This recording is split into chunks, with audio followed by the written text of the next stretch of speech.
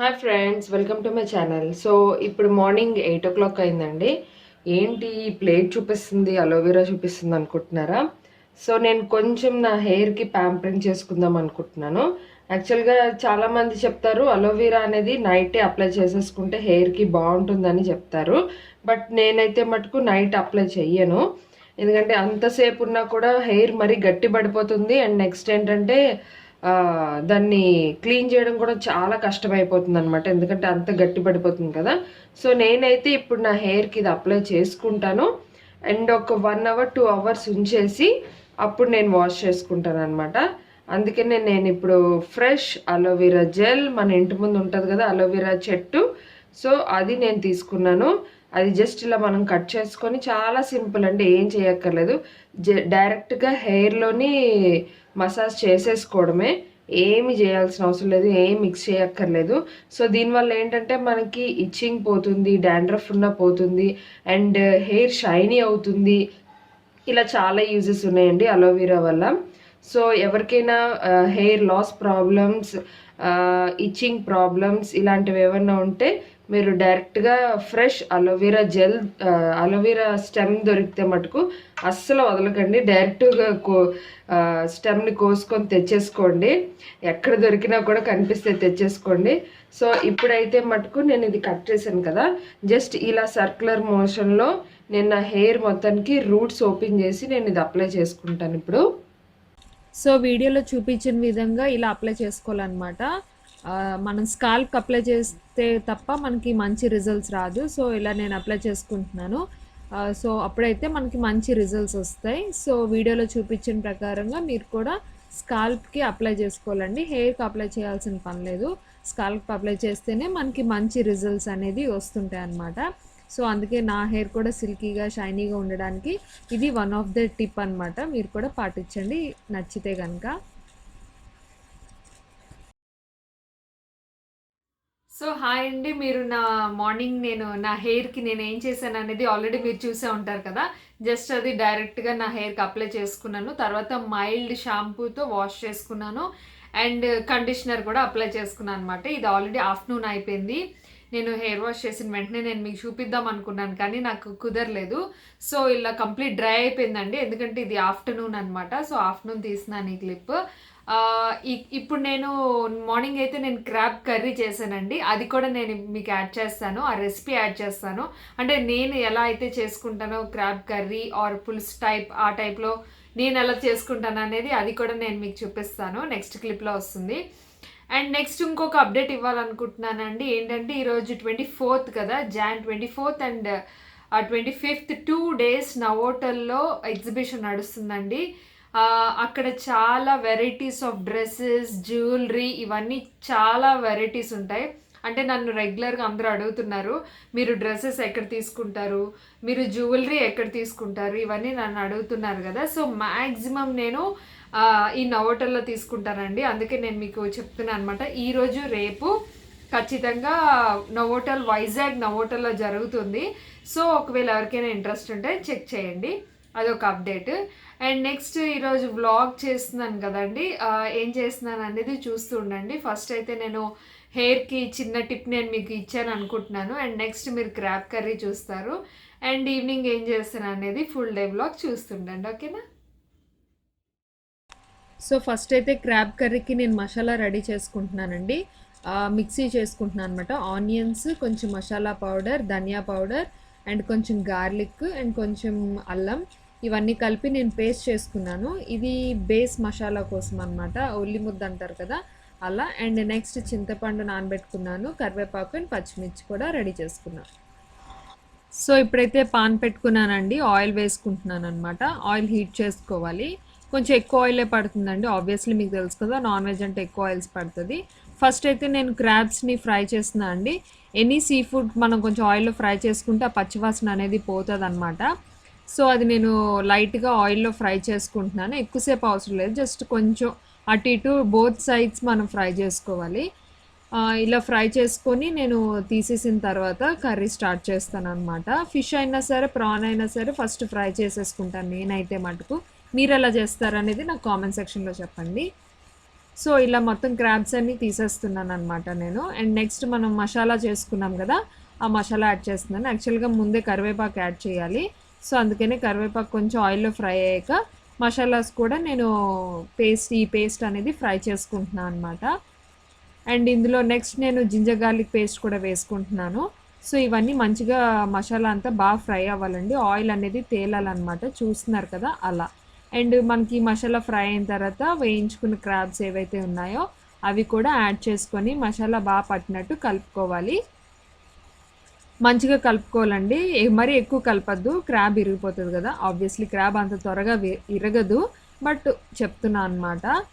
So ఇలా మనం మసాలాస్ అన్నీ క్రాబ్స్కి పట్టేలాగా మంచిగా కలుపుకోవాలి. అండ్ నెక్స్ట్ నేను గ్రీన్ చిల్లీస్ను చింతపండు పులుసు వేసుకుంటున్నాను.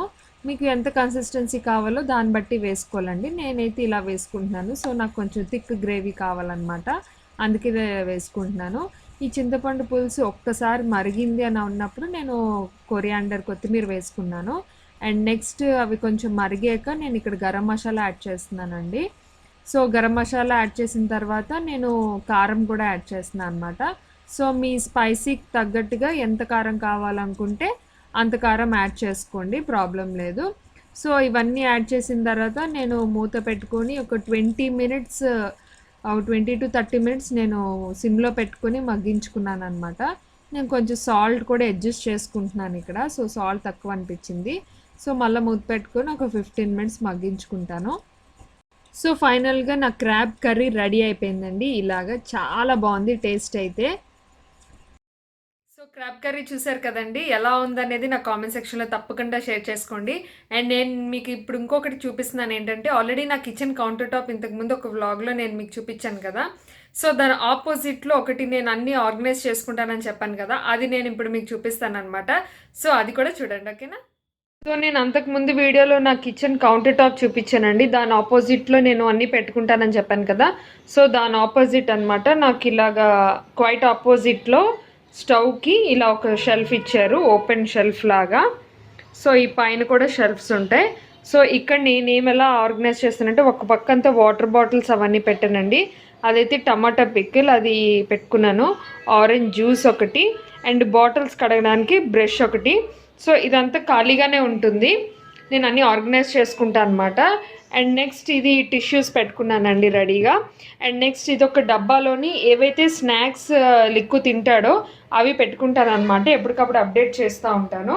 అండ్ నెక్స్ట్ ఇదొక బాస్కెట్లోని తన తాలూకా స్కూల్ వాటర్ బాటిల్, పాల బాటిల్స్, అండ్ ఇది నెయ్యి డబ్బా అండి.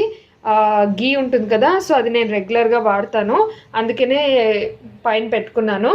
అండ్ ఇందులోని కుక్కర్కి విజిల్స్ ఉంటాయి కదా అవన్నమాట. అండ్ ఇక్కడైతే నేను ఎక్స్ట్రాగా నేను హెయిర్ మాస్క్ ఫేస్ ప్యాక్ ఒకటి ఇక్కడ పెట్టుకున్నాను అనమాట, కనిపిస్తుందని ఈజీగా తీసుకోవడానికి. సో ఇదొక బాస్కెట్లో పెట్టుకున్నాను. అండ్ నెక్స్ట్ వచ్చేసి ఇలాంటి ఒక బాస్కెట్లో నేను స్పూన్స్ పెట్టుకున్నాను. ఐ డోంట్ నో వై, నేను చాలా స్పూన్స్ వాడతాను. ఇక్కడ మీకు కొంచెం క్లమ్జీగా అనిపించవచ్చు, బట్ ఇది విడివిడిగా పెట్టాను అనమాట. మీకు స్పూన్స్, ఫోక్స్ అండ్ నాకు రెగ్యులర్గా యూజ్ అయ్యేవి ఇందులో నేను పెట్టుకున్నాను. అండ్ ఇదొక స్టీల్ ర్యాక్ అనమాట, ఇందులో నేను knifes, next gas lighter, knifes అవన్నీ పెట్టాను అనమాట. సిజర్స్, ప్లాస్టిక్ స్పూన్స్ అండ్ రెగ్యులర్గా వాడుకునేవన్నీ నేను ఇందులో పెట్టాను. అండ్ ఇది అప్పుడప్పుడు వాడతాను, నాట్ రెగ్యులర్ యూస్, బట్ నేను ఎక్కువ వాడుతుంటాను కాబట్టి ఇవి నేను ఏవైతే ఎక్కువ వాడతానో అవి నేను రెడీగా పెట్టుకున్నాను. అండ్ ఇలాంటి ఒక బాస్కెట్లో నేను ప్లేట్స్ పెట్టుకున్నానండి, చిన్న ప్లేట్స్ ఇవి. అంటే మనకి ఇమీడియట్గా మూతలు దొరకాలి కదా, సో అందుకని ఈ ప్లేట్స్ సైడ్కి బాస్కెట్లో పెట్టుకున్నాను, ఇదొకటి. అండ్ నెక్స్ట్ ఇక్కడ వచ్చేసి కప్స్ పెట్టుకున్నాను, ఇవి హోల్డర్స్, మీకు నా క్లబ్ ఫ్యాక్టరీలో చూస్తే తెలుస్తుంది. ఇది కూడా ఒక హోల్డర్ అనమాట, ఇది కూడా నేను క్లబ్ ఫ్యాక్టరీలో తీసుకున్నాను. అండ్ హనీ గ్లాసెస్, మగ్స్ అవన్నీ ఇక్కడ పెట్టుకున్నాను నేను ఇలాంటి ఒక ర్యాక్లో. అండ్ పైన ఆయిల్స్ పెట్టుకున్నానండి, ఇదొక ఆయిల్ కంటైనర్, ఇదొక ఆయిల్ కంటైనర్, ఇదొక oil container. And hair oils కూడా ఇక్కడే ఉంటాయి మ్యాక్సిమం. ఇది ఇందులేక. అండ్ ఇది నేను కేరళ నుంచి తెప్పించుకున్న ఇది ఒక ఆయిల్ అనమాట, బ్రింగ్రాజీ హెయిర్ ఆయిల్. అండ్ నెక్స్ట్ ఇది ఒక హెయిర్ కేర్ పౌడరు. నాకేంటంటే ఇక్కడ పెట్టుకోవడం వల్ల కొంచెం ఈజీగా యూజ్ చేయడానికి బాగుంటుందని చెప్పి నేను ఇలా ఆర్గనైజ్ చేసుకున్నాను. అంతకుమించి ఇంకేం లేదు. నేనేం వెల్ ఆర్గనైజ్డ్ పర్సన్ని కాదు, బట్ నాకు అవైలబిలిటీ ఎలా ఉంటుంది అనేది నేను అలా ఆర్గనైజ్ చేసుకున్నాను అనమాట. సో ఇది నా కిచెన్ కౌంటర్ టాప్ ఆపోజిట్లో ఉండే ప్లేస్ ఇది. సో ఈవినింగ్ అయితే మేము ఇక్కడ ఫ్రెష్ చాయిస్కి వచ్చామండి. ఊరికి అలా బయటకు వచ్చామన్నమాట. ఇక్కడ ఏమైనా స్నాక్స్ తిందామని చెప్పి లోపలికి వచ్చాము. ఇది ఎక్కడ ఉంది అంటే మనకి విఐపి రోడ్ దగ్గర ఉందండి. అంటే విఐపి రోడ్ నుంచి మనం సిరిపురం వెళ్ళే రోడ్ మధ్యలో లెఫ్ట్ సైడ్లో ఉంటుందన్నమాట. చిన్నది ఫ్రెష్ చాయిస్. సో ఇక్కడికి వచ్చామన్నమాట, కొంచెం ఏదైనా స్నాక్స్ తినేసి వెళ్దామని. సో ఇక్కడ నేనైతే ఆర్డర్ చేశాను noodles and one rainbow type of pastry curry cake అనమాట. సో లిక్కు కోసం కేక్ ఆర్డర్ చేశాను అండ్ నా కోసం నూడిల్స్ ఆర్డర్ చేసుకున్నా. సో అవి తింటూ ఎంజాయ్ చేసి వెళ్ళిపోయామన్నమాట. సో అదిగో కనిపిస్తుంది కదా, ఆ రెయిన్బో కేక్ వాడికి కావాలని చెప్పి ఫుల్ అల్లరి చేశాడు. ఓకే అని చెప్పి అది ఆర్డర్ చేసుకున్నాం. నూడిల్స్ అయితే నాకు కొంచెం కాస్ట్ అనిపించింది, బట్ టేస్ట్ అయితే చాలా బాగుంది.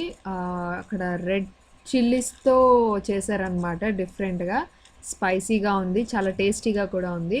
అండ్ కేక్ కూడా చాలా బాగుంది. నేను ఎండ్లో మీకు ఫొటోస్ కూడా యాడ్ చేస్తాను, చూడండి. ఓకేనా?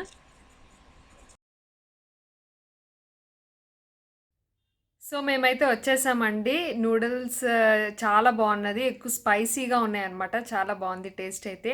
అండ్ కేక్ కూడా ఆబ్వియస్లీ చాలా టేస్టీగా ఉంది. సో ఇదేనండి ఈరోజు వ్లాగ్. నా టైం, నా డే నేను ఎలా స్పెండ్ చేశాను అనేది నేను మీతో షేర్ చేసుకున్నాను. హోప్ ఈ వీడియో మీకు నచ్చిందని నేను అనుకుంటున్నాను. ఒకవేళ నచ్చితే కనుక please subscribe to my channel, like చేయండి, షేర్ చేయండి, కామెంట్ చేయండి. Thanks for watching. Take care. Bye.